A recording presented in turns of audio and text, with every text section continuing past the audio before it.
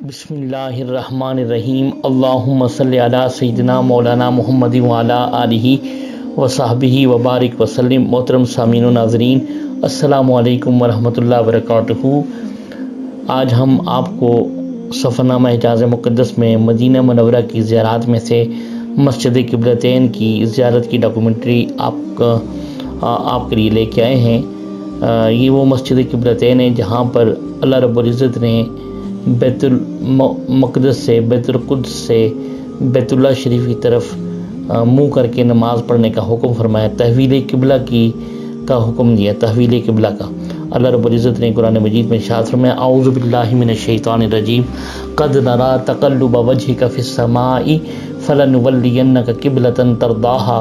فول وجهك شطر المسجد الحرام وحيث ما كنتم فولوا وجوهكم شطره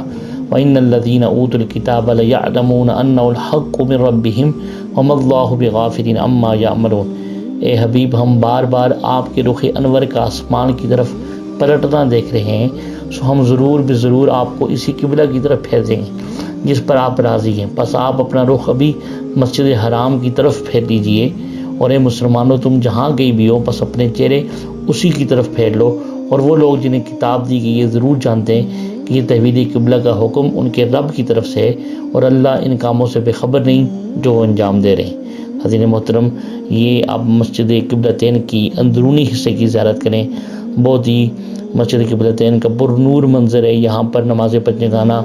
ادا کی جاتی ہے اور بڑی خوبصورت قرات کے ساتھ، اور جو ہے یہاں پر جو ہے وہ نمازوں کے اندر نماز فجر میں، نماز مغرب اور عشاء میں جو ہے بڑے خوبصورت انداز میں، بڑے اعلیٰ لہجوں کے اندر جو ہے قرات جو ہے وہ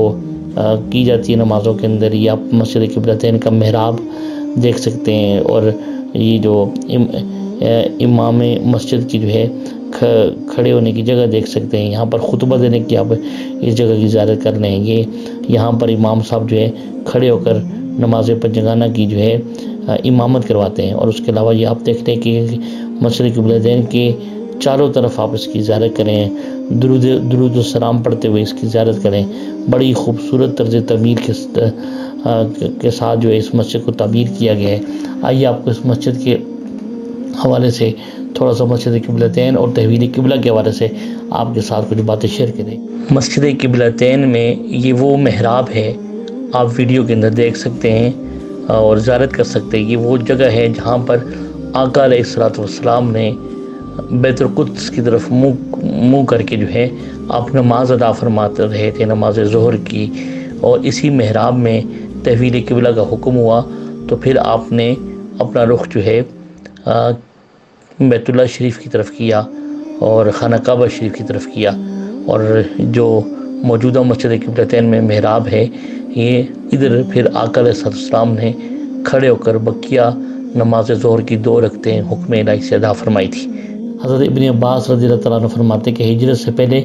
آپ صلی اللہ علیہ وسلم حرم کعبہ میں نماز ادا کرتے وقت اپنے اور بیت المقدس کے درمیان کعبۃ اللہ کو رکھتے تھے۔ تحویل قبلہ کا حکم جو ہے رجب یا شعبان 2 ہجری کو جو ہے وہ آیا، اور آپ صلی اللہ علیہ وسلم بشیر بن برا رضی اللہ تعالیٰ عنہ کی دعوت پر مدینہ سے 3 کلومیٹر کے فاصلے پر واقع بستی بنو سلمہ میں تشریف لے گئے، اور ظہر کی نماز کا وقت ہوا تو آپ صلی اللہ علیہ وسلم نے مسجد بنو سلمہ میں نماز کی امامت کروائی، اور جب 2 رکعتیں ادا کر چکے تو قبلہ کی تبدیلی کا حکم آیا۔ آپ صلی اللہ علیہ وسلم نے اسی وقت اپنا رخ بیت المقدس سے کعبۃ اللہ کی طرف کر دیا، اور باقی 2 رکعتیں کعبۃ اللہ کی طرف رخ کر کے ادا کی تھی۔ آقا علیہ السلام کی دلی خواہش تھی کہ جو ہے مسلمانوں کے لیے الگ قبلہ ہو، کیونکہ یہود اور جو اہل کتاب تھے وہ یہ جو ہے وہ تانا دیتے تھے کہ آپ کے جس طرح دین الگ ہے اور مذہب الگ ہے، اس طرح آپ اپنی نماز اور عبادت کا رخ بیت المقدس کی طرف کیوں کر کے پڑھتے ہیں، وہ بھی آپ کا الگ قبلہ ہونا چاہیے، الگ جو ہے وہ قبلہ ہو۔ تو اس آقا علیہ السلام بار بار آسمان کی طرف جو ہے وہ اللہ رب العزت کی حکم سے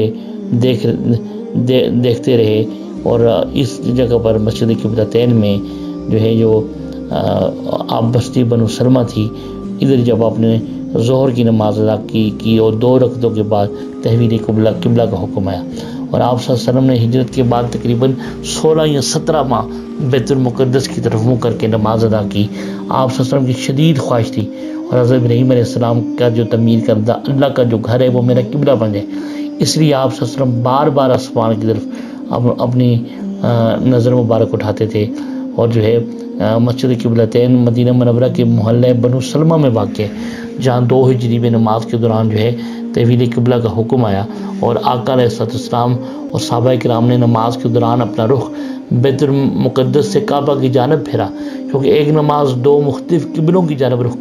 کر کے پڑھی گئی، اسی لیے اس مسجد کو مسجد قبلتین یعنی 2 قبلوں والی مسجد کہا جاتا ہے۔ یہ آپ دیکھ سکتے ہیں مسجد القبلتین بالمدینہ المنورہ کی تختی لگی ہوئی ہے، اور جو ہے یہ بھی آپ کو بتاتے چلے کہ اس کے علاوہ مسجد قبلتین جو ہے جس طرح آپ کو عرض کیا کہ محلہ بنو سلمہ میں واقع ہے، اور یہ اس کے قریب مسجد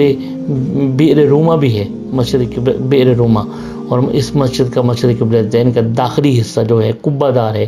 جبکہ خارجی حصے کی محراب شمال کی طرف ہے۔ یہ عثمانی سلطان سلیمان اعظم نے 1543 میں اس کی تعمیر نو کرائی، اور یہ آپ دیکھ سکتے ہیں اس کی بیرونی حصے سے کی زیارت کر آپ کر سکتے ہیں، اور اس کی موجودہ تعمیر و توسیع جو ہے سعودی شاہ فہد بن عبدالعزیز جن کی تختی لگی ہوئی تھی اور تختی کے اوپر نام لکھا ہوا تھا، اس دور میں مکمل ہوئی۔ اس نئی عمارت کی جو اس مسجد قبلتین کی 2 منزلیں ہیں، جبکہ میناروں اور گنبدوں کی تعداد بھی جو ہے وہ 2 ہے۔ مسجد کا مجموعی رقبہ جو ہے وہ 3920 مربع میٹر ہے، اور حالیہ تعمیر پر جو ہے تقریباً 3 کروڑ 97 لاکھ ریال خرچ ہوئے، 3 کروڑ 97 لاکھ ریال خرچ ہوئے۔ یہ مسجد کا آپ بیرونی حصہ دیکھ سکتے ہیں، اور باہر کا جو ہے پارکنگ ایریا دیکھ سکتے ہیں۔ مسجد قبلتین وہ مسجد ہے کہ جہاں پر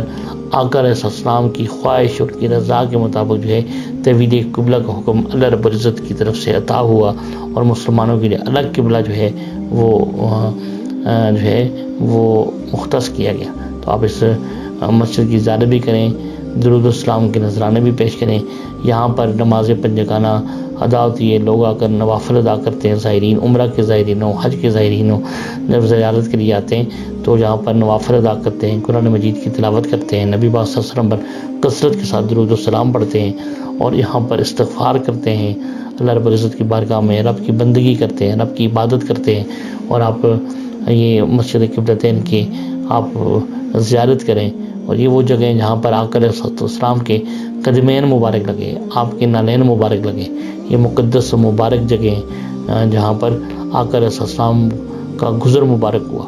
اور اللہ رب العزت ہمیں آقا علیہ السلام کے ادب، محبت، تعظیم و تکریم میں فنائیت عطا فرمائے، اور ان کے صدقے سے ہمیں نبی پاک صلی اللہ علیہ وسلم کے صدقے سے ہمیں ایمان کی دولت سے منور رکھے، اور ہماری زندگی اسلام پر اور خاتمہ ایمان پر فرمائے۔ وما علینا الا البلاغ المبین۔